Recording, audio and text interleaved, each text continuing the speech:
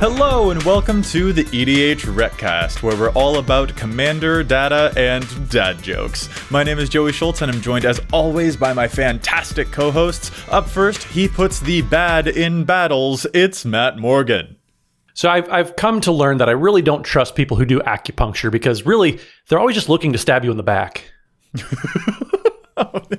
Wow, that's a very piercing observation there, Matt. I mean, my joke today, it really just gets right to the point. So, yeah, you're really needling me with this. I can't really take it. That's wonderful. I'm going to stick it to this and put a pin in it. Let's move on. You are so. I'm trying to outwit you on these, but you are so prepared. It's not going to happen. Never going to happen. Yeah, it's so wonderful. All right. Up next, he hopes one day to see a card called the Invasion of the Set Invasion. It's Dana Roach. Why can't you hear a pterodactyl go to the bathroom? Because the P is silent. I would have also accepted the sound is extinct, but yes, the P is indeed silent. All right. Well, at least I got the dad joke over on one of you in this week's. Right, yes. I mean, I had a joke that I could have added into this for Dana, but the show is PG-13, so can't add that one on. Goodness. All right. Dana, what is it that we're talking about in this week's episode? We're talking about battles.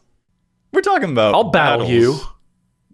Yes, those new card type things that have come out from March of the Machine and different things, exploring a little bit about what they're doing in Commander and whether we like them or not, and stuff to see about those. That should be pretty interesting. We've got some shout outs to do before we get to them, though. First, I'd like to thank Chase, also known as Mana Curves, for their help editing the show. You can find them on Twitter at Mana Curves. Real quick, we also want to shout out Coalesce Apparel and Design, makers of absurdly cool Magic-themed merch. Their Keepin' It 100 series is legit. I love the Windgrace Forever shirt, and we, of course, recommend the EDHREC collection, too. And I gotta say, these shirts are comfy. Use code EDHREC at checkout for any of your Coalesce purchases for 10% off your order. Again, that's code EDHREC. And if you'd like to support the show, you can do so by liking, subscribing to this video on YouTube, subscribing on your local podcast app, or you can go to patreon.com/EDHRECast, where we have patron tiers of all sorts of levels. It is just a nice way to get yourself a little bonus in addition to supporting the show. And we do a little shout out for everybody who goes over to patreon.com/EDHRECast. And this week, that patron shout out goes to Toby Tomaney. So there's too many ways for us to say thank you to Toby. So I'm just going to be brief about it. And that's it. But Toby, thank you so much for the support. Definitely appreciate it. Appreciate you a lot more than Michael Scott appreciates Toby in The Office. Matt is trying to set a record on how many weird, silly jokes he can put into the Patreon shout-out. Well, because we like to segue here, I'm trying to segue into like as many like just full non sequiturs as possible. I believe you are succeeding. Toby, thank you so much. We hope that you appreciate our weird way of showing our appreciation. Oh, good. But it is a way of showing appreciation nonetheless. Yeah, yes it is. Okay. Dana, as you so eloquently said, we're talking about battles. So we are indeed. Let's talk about battles. Dana, what are battles? A battle is the first new card type we've gotten in Magic in, I want to say about 12-ish years. I guess I can't remember. I should have looked that up in advance, but it's been a long time. So yeah, we got a new card type, and that is a pretty huge thing. We've only seen this current Siege iteration of battle, so there could be different ways they implement this card type down the road, but we just got 36 versions of this brand new card type in the most recent set, and I figured it's worth delving into that and talking about it because, like I said, it's such a singular thing that has happened, only a couple times in Magic's history.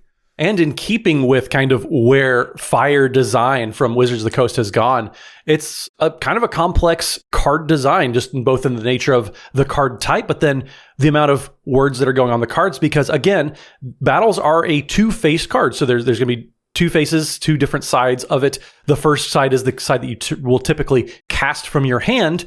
Then it's going to go on the battlefield. It's going to do something, and then battles, you have a chance to actually, kind of like Planeswalkers, you attack this card type, and then at the end, you get to flip it over and you get to do something in addition to what it did on the front. So there's a lot going on with rules interactions, with cards that are just going to happen, just a lot of effects that are going into the game as well. So yeah, like let's pick an example here as one of them. Invasion of Tarkir. That's a red battle. It costs 2 mana. It has 5 defense counters on it, and it's a siege. And as a siege enters, you choose an opponent to protect it, and then you and others can attack it. But when it's defeated, i.e. when those defense counters are removed, then you will exile it and then cast it transformed. And so on the one side, it has this cool enter the battlefield effect to do damage based on the dragons that you reveal in your hand and stuff like that. But then if you manage to defeat it, it flips over into a dragon all itself. And so that could be a payoff for, if you are able to defeat this battle. It does say anyone can attack them. I don't think other people will help you with that necessarily. There could be some reasons where they want you to flip that, but it seems unlikely because it's not whoever defeats the battle gets the flip side. You as the owner will get the flip side when the battle is defeated. So that's an important thing to note. Yeah, and it makes for, I think, some interesting game decisions, or at least some logic to card design that you don't get with Planeswalkers. One of the problem, I think, with Planeswalker design is how difficult a Planeswalker is to remove in a 1v1 game is not the same as it is in Commander. In Commander, all 3 people are, theoretically incentivized to remove that Planeswalker because it's probably giving you some benefit. And so the difficulty in protecting that Planeswalker if you cast it in a multiplayer game is different than it would be if you were playing in a card in Standard or Modern or something. So from a design point of view, that feels like it's a lot more challenging to balance something and make it useful if it's being played in multiplayer versus being played in single player. That isn't the case with battles, for the most part. Battles are still only going to be attacked by you who's trying to gain the benefit way more often than not, even in a multiplayer game. I think that allows them to make battles that aren't nearly as swingy as Planeswalkers can be because they are going to more or less play the same way in a multiplayer game as they do in a single player game. And I found I've liked that quite a bit in my limited play with them. They feel like they are just consistent between formats in a way that I don't feel like Planeswalkers generally are. Well, I think one of the big reasons for that is if you're the person that casts the battle card, for example, you want it to get to 0 counters because then you get to cast the flip side of that. Whereas Planeswalkers, you want it to get as many counters as possible. And so there's kind of a flip side of that where people are going to try to make sure that you don't get all the counters removed from your battle. Whereas with Planeswalkers, all 3 players, like you pointed out, they're the ones that want the Planeswalker to go away, whereas you're the only one that wants the battle to go away. So there's a nice play because Planeswalkers, they do a lot with the social axis of the format. As soon as a Planeswalker comes down, you have 3 targets that are going to, or 3 people that are going to put a target on it. Right. Whereas a battle, you only have 1 person that can defend it, whereas the other 2 bystanders, they can attack it, but like you said, Dana, I don't know how much they're going to be incentivized to attack it for you. Yeah, the Planeswalker comparison, I think, is really interesting. I don't dislike Planeswalkers, but I don't love them either. I do think they are unpredictably swingy in a lot of formats, Commander as well as things like Limited. I've definitely had a ton of Limited games at pre-releases or whatever where it feels like if someone sticks a Planeswalker, you just lose. Like it's just, it accumulates so much value and it's so difficult to punch through and interact with it consistently that it just feels like that's the kind of thing that turns a tide in a game. And that same Planeswalker in Commander can feel absolutely useless because you will drop it and then there's 3 chances to remove it from your opponents. So that swinginess is something that I've just never really loved about Planeswalkers. And I really feel like battles address that. I felt like in the pre-release where I played against multiple battles, they felt like they did a thing and it then created an interesting gameplay where the person was going to be having to make difficult choices about where to put their damage if they wanted to try to flip it or hit me. And the same exact gameplay occurs, I feel like, in Commander when I've seen battles where the person gets their thing off it and then decisions have to get made by that one person and you defending it. But it doesn't really scale strangely the way Planeswalkers do. So in a lot of ways, they just feel like kind of the fixed version of Planeswalkers to me. In addition, the fact that you are technically casting them once you've removed all the counters and they flip to the backside. Yeah. That's an interaction point also that Planeswalkers don't have. Like, you have multiple chances to counter that spell or respond to it in a way you don't with Planeswalkers. So I like the fact that they feel very techy too. Like, you have a lot of chances to respond in a way maybe you don't with Planeswalkers. I do like the fact that, as like you said, Dana, as soon as you get the last defense counter off of them, you have to cast it again. You exile it, and then it's cast again, so you have another chance to counter it or anything like that. Mm-hmm. But also, too, like you pointed out, Dana, when a Planeswalker comes down, everybody's turning their attention to it, and so it's not the fact that you're kind of allowing somebody to gain life. You're gaining yourself life because people are going to devote resources to attacking it instead of you. Whereas it's kind of the reverse here too, where if a battle comes down, say Invasion of Kaldheim comes down, it has 4 defense counters on it. So you're going to have to let effectively your opponents gain 4 life because you're devoting that many attackers or that much in your whatever resources you are. You're letting everybody gain that life instead of gaining the 4 life for you. So a Planeswalker with 4 counters ticks up to 5, whatever. That effectively gains you 5 life. But a battle with 4 defense counters on it, that effectively lets your opponents gain 12 life collectively because that's an opportunity. You could be attacking your opponents instead of this battle. That right there is a thing that I am very fascinated by, especially because in a way, the thing that I appreciate the most about this new type is that it encourages a little bit more chip damage to be in the game. Mm-hmm. I feel like, and maybe this is just my experience playing against the people that I tend to play against, or playing against Matt loves to play a bunch of big baddies Morgan. But I tend to see it feels as though as Commander players, we can sometimes almost by accident slip into a cadence where no one's attacking, and then the first combat step that truly happens is the one that ends the game. And that's why we love different mechanics like the Monarchy, for example, that actually encourages a little bit of like, ooh, I'll attack you for 5. Ooh, I'll attack you for 2. I'll leave my defenses down. I'll unturtle just for a bit to get that extra Monarch thing. And battles are yet another form where I might be encouraged to actually not always turtle up quite so severely and actually want to extend just a little bit out there. It does come at a cost because I'm not attacking a player, but in most of Commander games, I kind of already wasn't doing a lot of that chip damage to players. And yeah, not only that, but in this case, I get to choose who is defending the thing, which means, I don't know, I feel like usually we all end up in those games where one person, they've got a lot of tokens, or, they've got a bunch of keywords on their commander over there, so probably I'm not able to attack them. But you Spellslinger over there don't have any creatures in play. So if I give you this battle, which only has 4 defense counters on it, I'm going to get the benefit right away. As soon as I play this thing, I'm going to get both the front half and the benefit of the back half probably pretty darn quick because you seem a little unprepared for the siege I'm going to lay on. And that is also just another fun dynamic. I like these small little tweaks that it can add into. It sort of feels like it adds a little bit more texture to a Commander game. Let's talk about an actual battle card, and I'm going to just use Invasion of Fiora for an example because actually, I was playing Commander about an hour ago before the show, and I have this in a deck, and I actually got it into play. Invasion of Fiora, 4 black for a battle siege, and it comes into play with 4 defense counters on it.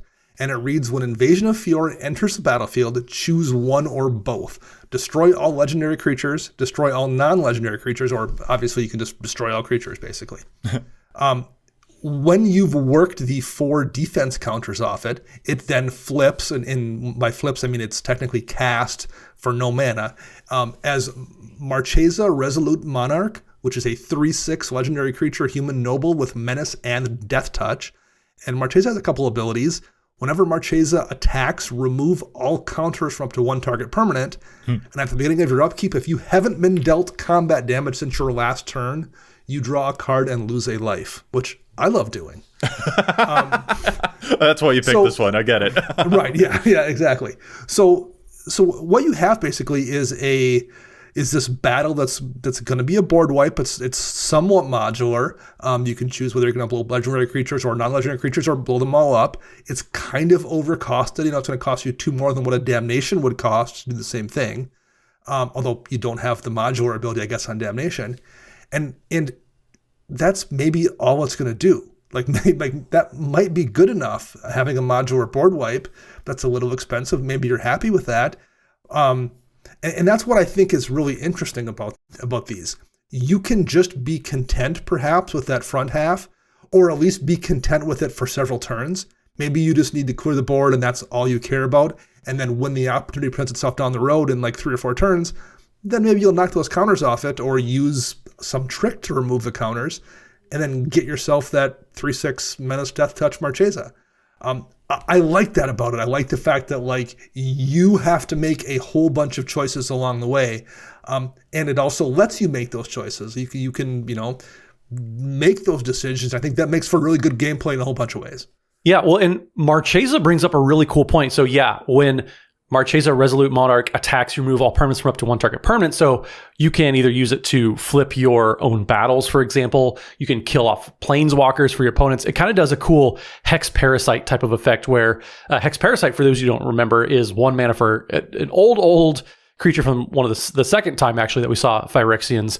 And you can pay X in black Phyrexian mana, remove up to X counters from target permanent, and then for every counter it gets, Hex Parasite gets +1/+0 until end of turn. Nobody really cares about the pump ability, but you're using it to manipulate counters. So it is actually kind of a very, very cool and unique thing to be able to manipulate and change the counters, especially when it says remove all counters from 1 target permanent, which it's a permanent. So if it's a creature that's getting out of control with +1/+1 counters, for example, if there's a whole bunch of counters that are going on a Parry the Pulverizer, for example, and it's getting real big, there's a whole lot of play here that I like the backside of the card, but also the front side is great too. You can destroy non-legendary creatures or legendary creatures, and or both. Why not both?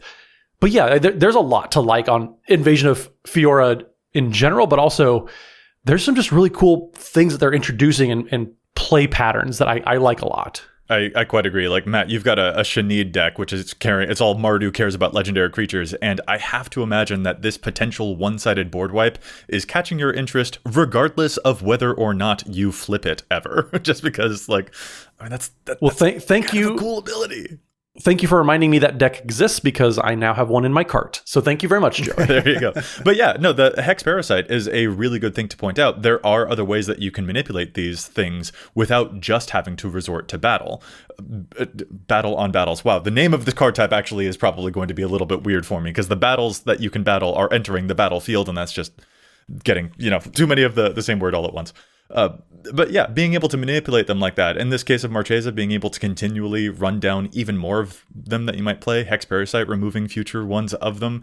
I'm pretty sure there are quite a lot of other cards that remove all counters from permanents that if you really wanted to flip these, you'd be able to do it pretty darn easily without even having to go to the combat step. I mean, I'm foreseeing Glissa Sunslayer really, really enjoying battles as a card type because Glissa in general is able to remove 3 counters from target permanent. I'm pretty sure they would have seeded Glissa Sunslayer in with that ability, knowing that battles were on the horizon. Mm-hmm. Just makes sense to me. I'm sure they have that kind of foresight if I could even see that coming.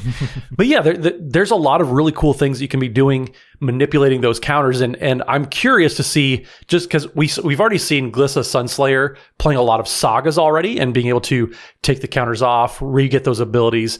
But then with battles, you just don't even have to try. You can still attack the people and then just take the counters off the battles. Yeah, I'm interested to see, I suppose, how that develops. Like, because as we're talking about manipulating counters on these, I mean, these counters are proliferatable, right? Like, so if someone else has an innocuous evolution sage, they can also kind of mess with you a little bit by making it harder for you to defeat these things. Yes. And I don't know, that is, again, like nice added extra texture to a game. So Dana, I like what you pointed out about like these things just having a good ability when they enter, and then later down the line you can deal with it. But then also your opponents can, do a little bit of futzing as well, which I think is very, very cool. Well, the manipulation on it also feels relatively fair, I guess might be the word. Like, if you proliferate an extra counter onto one of these battles, well, it's just slightly more difficult to flip it over. Whereas really, really often, if you're able to manipulate the counters in a Planeswalker, particularly if it's one with a really strong emblem, like that just is game-changing or game-ending. Right, yeah. I think we've all been in situations where someone has a doubling season out and they're threatening to cast a Planeswalker, and you're like, if they do, that's just going to be an auto-ult and we're going to lose. Yeah. It doesn't feel that way with the manipulation for counters on these. It definitely feels like a situation where, like, obviously you don't want someone to cast a battle and immediately be able to remove the counters or put 4 more onto yours that you're trying to flip over. But it also doesn't feel like it's quite so just absolutely game-changing in maybe I don't know if unhealthy is a way I would phrase it, but like it isn't always the most fun seeing that happen with Planeswalkers. And I feel like that's just kind of not how these function. Yeah, it is kind of funny to me that doubling season, you want planeswalkers with a doubling season in play, whereas you don't want battles with a doubling season in play because you want 0 counters on a battle, but you want all the counters on a planeswalker and doubling. So hey, we found a situation where doubling season is bad, folks. That's funny, Matt. And that's actually an important thing. Like when you play a battle, you are choosing an opponent to protect it, but you are still the controller of that card. So that's kind of an important distinction. That's very funny. Yep. And one last note, we mentioned how like these are a little more interactable than maybe planeswalkers are. Not only is there a second chance to counter them when they flip, once they flip into a thing, that thing is almost always removable, whether it's a creature or an enchantment or an artifact or whatever it is. It might be very strong, but like you still have an interaction point there. You can still Swords to Plowshares that Marchesa Resolute Monarch once she comes into play. It's giving you ways to respond to the thing the person is doing in a way that just doesn't really always happen with planeswalkers. And that's why I think these feel very much like a fixed version of walkers. Yeah, I think that comparison between these and planeswalkers, like the distinctions here are many in a way that still feels like really, really engaging. There is a point of these that I do kind of still compare them to planeswalkers, though, where I don't think... It's sort of like we say that you don't want to evaluate a planeswalker by its ultimate because it's not necessarily likely that you'll always get there. I do kind of feel that way about battles. Like, I feel as though I'm really only going to judge them by the front half, and I will consider the back half sort of gravy. And thankfully, for most of the ones that we've seen, for a lot of the ones that we've seen here, I really enjoy the front half of a lot of these. Like Invasion of Innistrad is, I think, the battle that jumps out to me as a personal favorite. That's the 4-mana battle that has flash, so you can play it at instant speed. And when it enters, it gives a creature -13/-13 until end of turn. It's a removal spell. Like, all right, cool. I'm absolutely down with that. And on the off chance that I happen to be playing anything that can blink this, like an Aminatu deck or whatever, well, then I can continually use a removal spell on this permanent. And I think that that's very, very fun. That's very, very cool. I'm certainly going to play this in a zombie deck because if I do ever flip it over, it's a zombie token maker as well, and I'm all about that. But there's a lot of extra stuff that you can do here, and even if you are just evaluating them on the front half, I think there's still a lot that they are able to give you. And so anyway, that's just one of my personal favorites. But I feel like, if y'all want to shout out any personal favorites that have jumped out to you too, please feel free. I mean, I think a personal favorite of mine is one that we'll get to after we challenge the stats. Oh, come on. We are at that point in the episode. We need to make sure we're sticking to a schedule, Joey. Oh. The battle for the segue, Matt has removed all the defense counters. Matt has flipped it into the Segway Steel. Oh, no. Oh, man. Yep. This war has begun anew. Invasion of the Segway. All right. I couldn't have it for very long. You couldn't. We let you have one. Everybody gets one. All right. Well, yeah, I suppose we'll talk about more of our specific favorites after we take a break to challenge that data on the EDHREC. Well, I want to challenge the stats today on a card named Perilous Research. We all know how much I love efficient draw spells. Perilous Research is 1 in a blue, draw 2 cards, then sacrifice a permanent, which is something you usually see on black cards.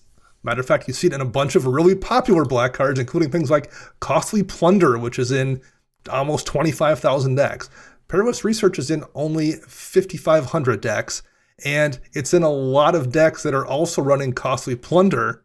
Things like Linda Cheerful Tormentor, Eloise Nephalia's Sleuth, things that care about sacrificing things. And in a lot of those decks, Perilous Research is just a more versatile, better version of the Costly Plunder card that people are already running.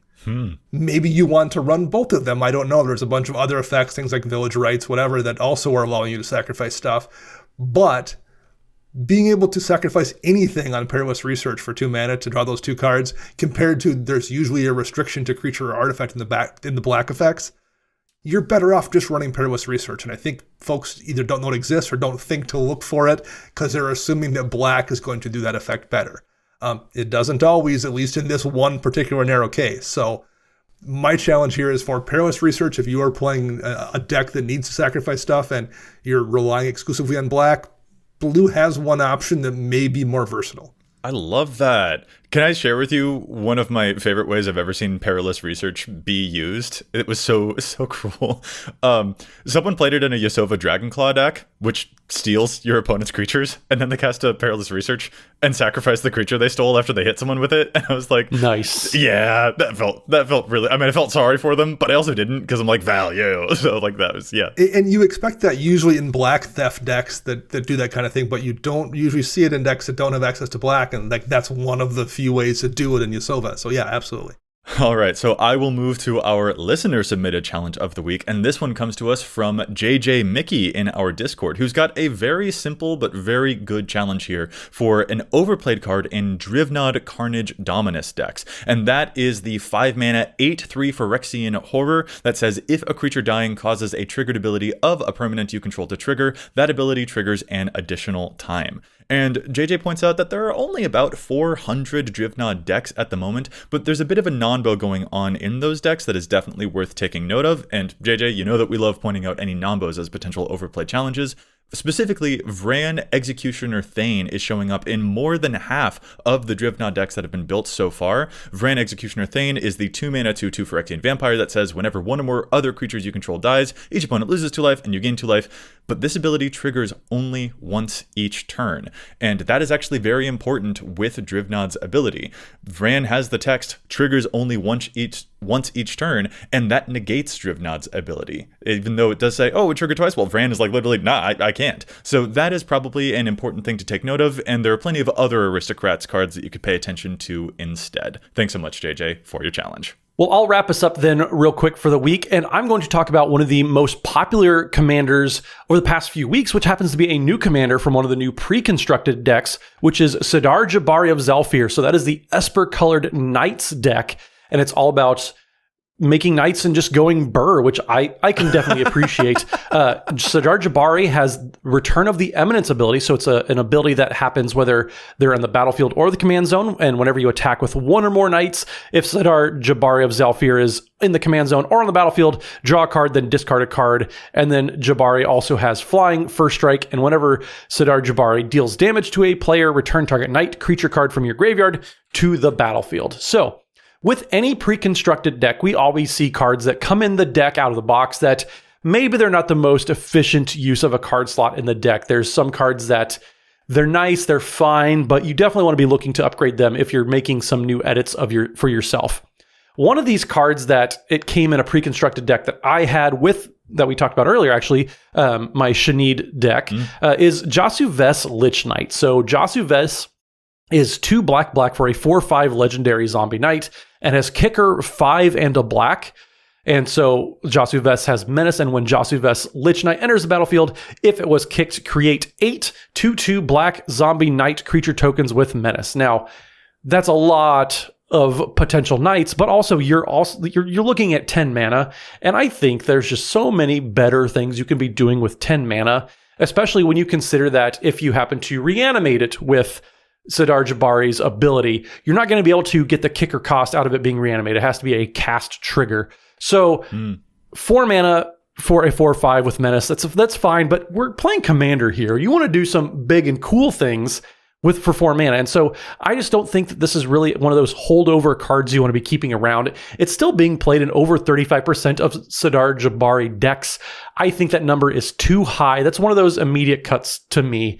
Even over some of the uncommon knights that maybe aren't great, I definitely would be cutting Jasu Vess over this. In fact, one card that I think would be fantastic substitute is the Council of Four, which is not a knight in itself, but whenever a player casts their second spell during their turn, you create a 2/2 white knight creature token. So, I mean, let your opponents make the army for you, pay a bunch of mana to make your own army. I think we know who wins here, but Council of Four is showing up in about a quarter of the decks so far. I think this is fantastic. You always want to be careful playing too many non-creature types in a creature types matter deck. So Council of Four is not a knight itself, but it makes a lot of knights. It draws you a bunch of cards. I think this might be a case where you can make an exception, but who knows? But either way, Jasu Vess, give it the axe. It so does. I as soon as you started saying the challenge, I was like, he's going to mention Council of Four, isn't he? Because that thing makes knight tokens. Gosh dang right I am. And it makes so many knight tokens. It's one of my favorite decks. It's super fun. Like I said, you don't want to play too many cards or too many creatures, I should say, that don't have the specific creature type if you're playing a themed deck like that. Council of Four in Knights decks, I think, is a very, very valid exception. Yeah, that is a very slick pick. All right, guys, I guess we can get back to talking about battles now that we finished the battle of the segue in to challenge the stats.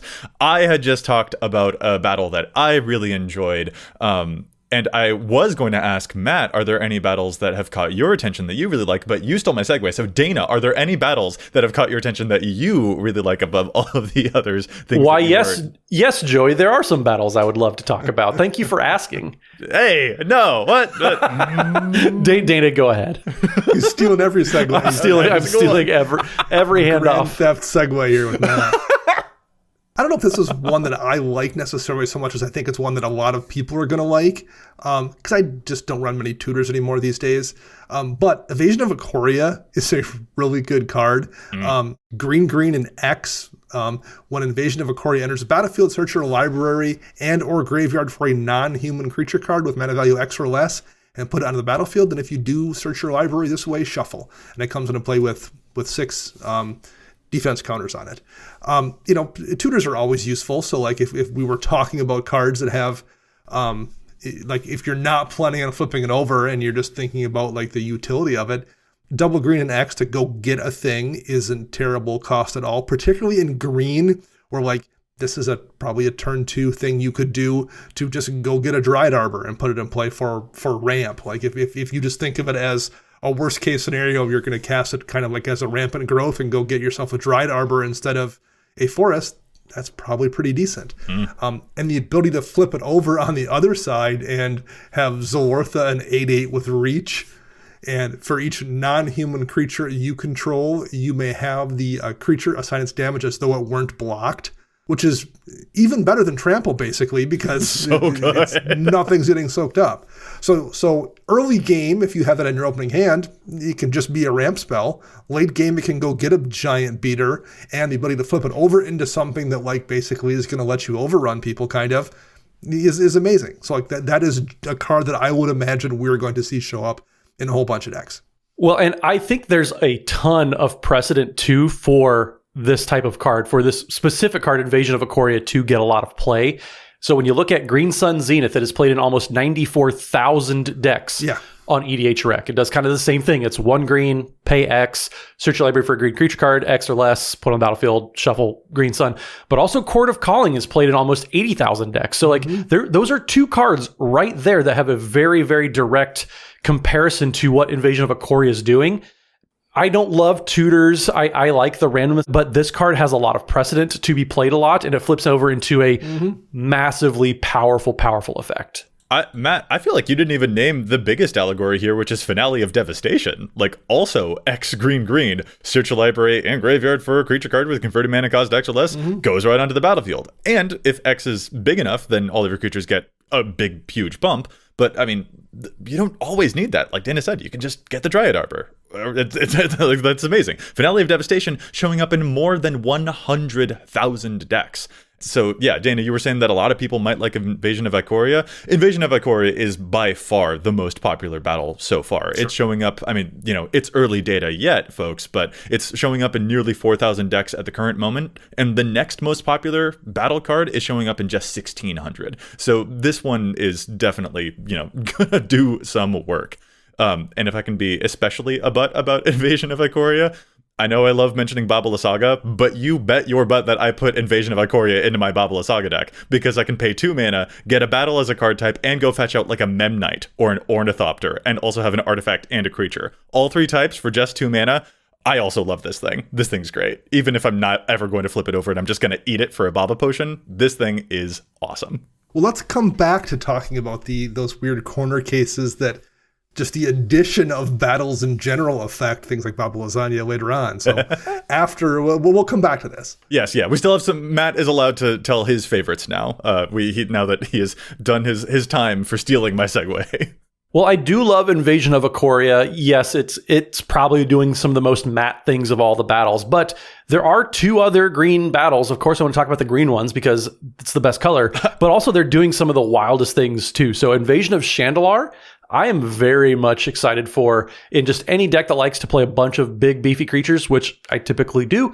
This is going to do a lot of work. So Invasion of Chandalar is 3 green for a battle that has 4 defense counters.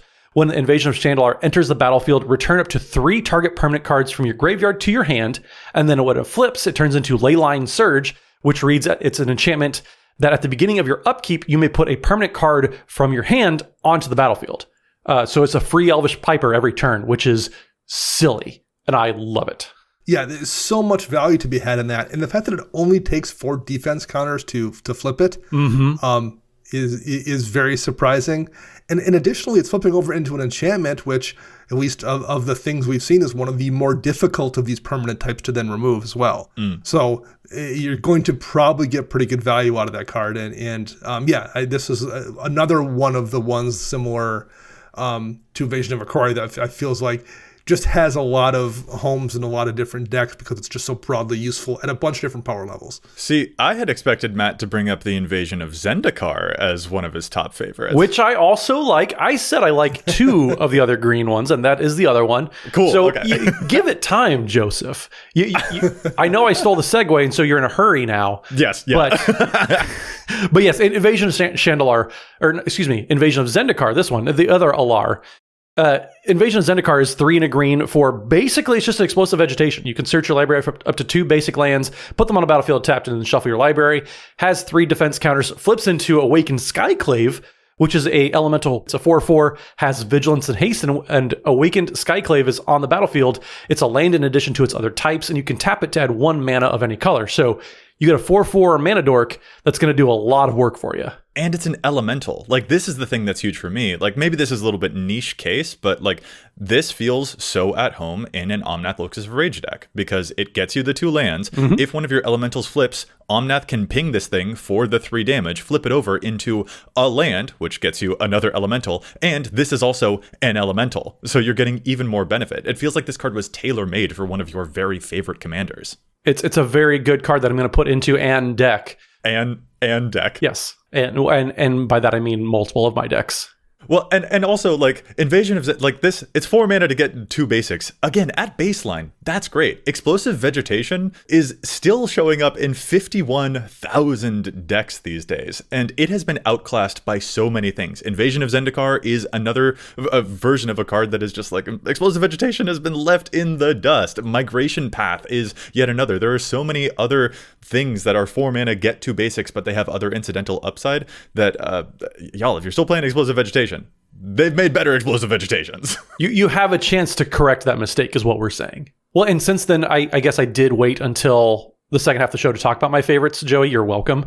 I will, I'm going to throw out one more because I really like Invasion of Kaldheim. So it's 3 and a red for a battle that comes in with 4 defense counters.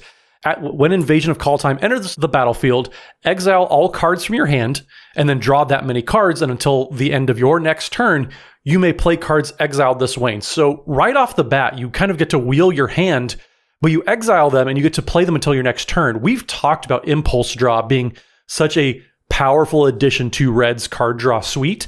And right there, you ditch your hand, but you still have a chance to cast them until your next turn, so it's not entirely wasted. And you get a new hand right off the bat, and then it flips over into Pyre of the World Tree, which I know that we're supposed to evaluate cards basically based off its front face. That's kind of how I think folks should be evaluating these, but Pyre of the World Tree gives you so much just late game juice. And I think especially I know we're not a standard or a 60 card format, but I think in 60 card formats, Invasion of Kaldheim is going to be pretty potent for red decks in the late game. But you have a chance to turn into an enchantment that says you can discard a land card. Pyre of the World Tree deals 2 damage to any target. And then whenever you discard a land card, exile the top card of your library, you may play that card this turn. So you're turning lands that otherwise would have been dead cards into great card advantage engines. And that's just something so good for mono red decks, even in Commander. Yeah, no, that's very true.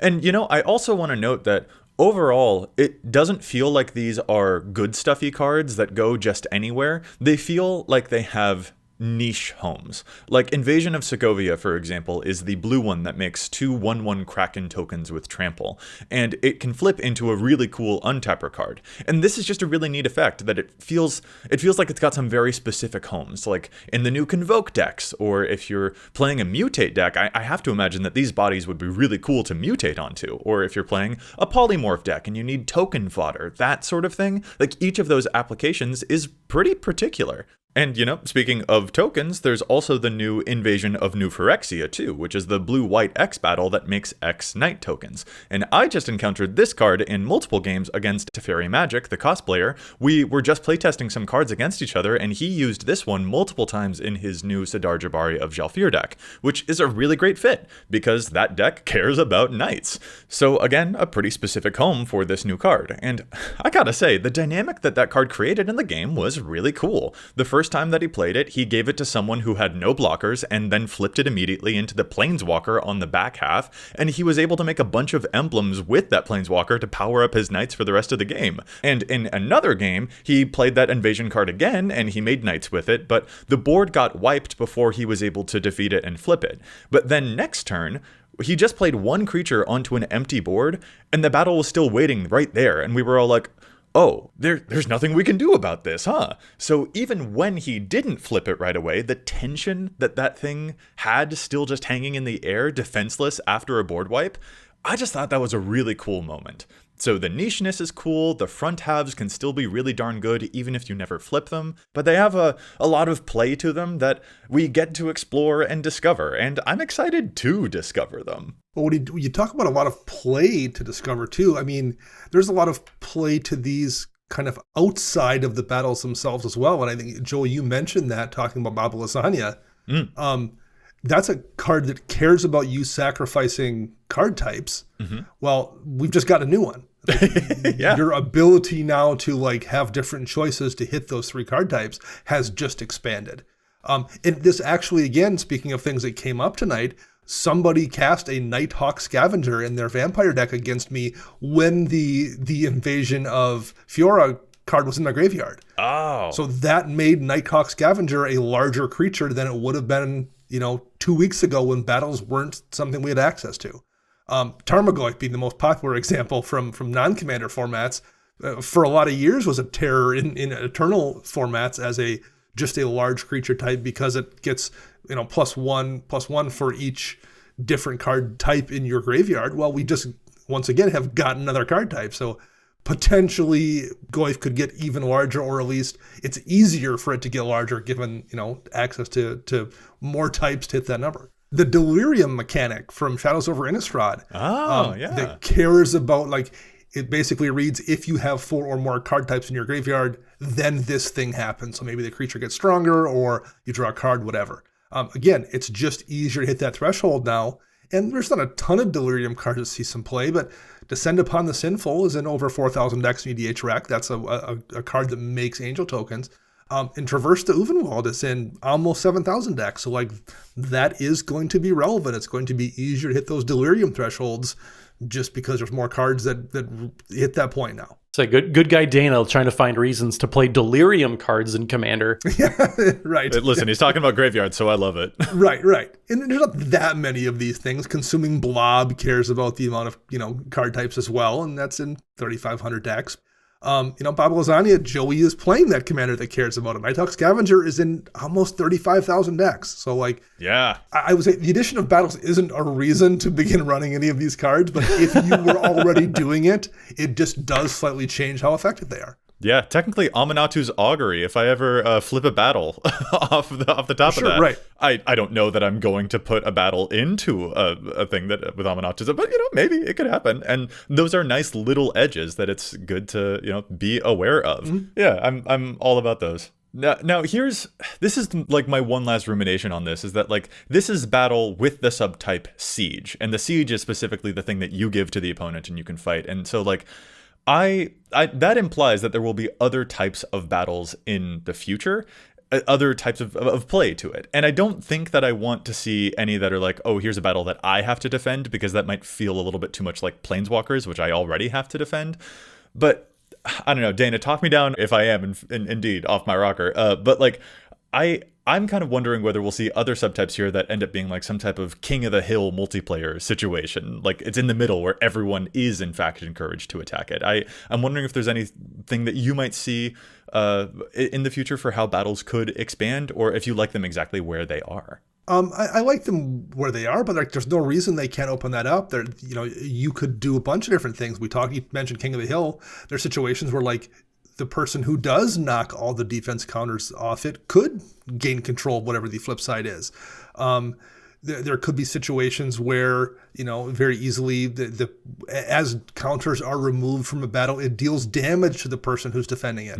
So you have like other ways to encourage other people to attack it, perhaps. There's a lot of things I think they can do that are very open-ended beyond just this current siege implementation.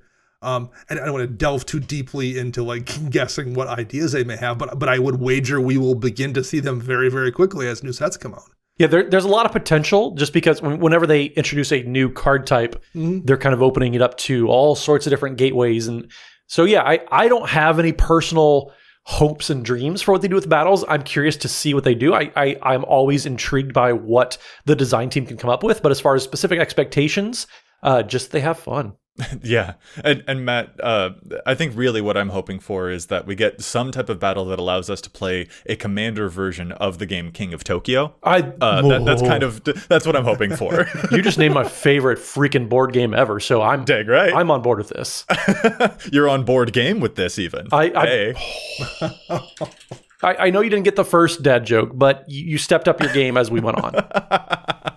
All right, well, gents, since we've been battling about the dad jokes all day, let's battle our way into just wrapping up the show. We've talked a lot today, so hopefully, listeners, we'd love to hear what you think about battles. Anything you're hopeful for, which ones you're most excited about, etc. Just let us know in the comments on the YouTube video. Mm-hmm. And most importantly, was there a plane that we didn't see get invaded that needs to be invaded? This is also very important information for everyone.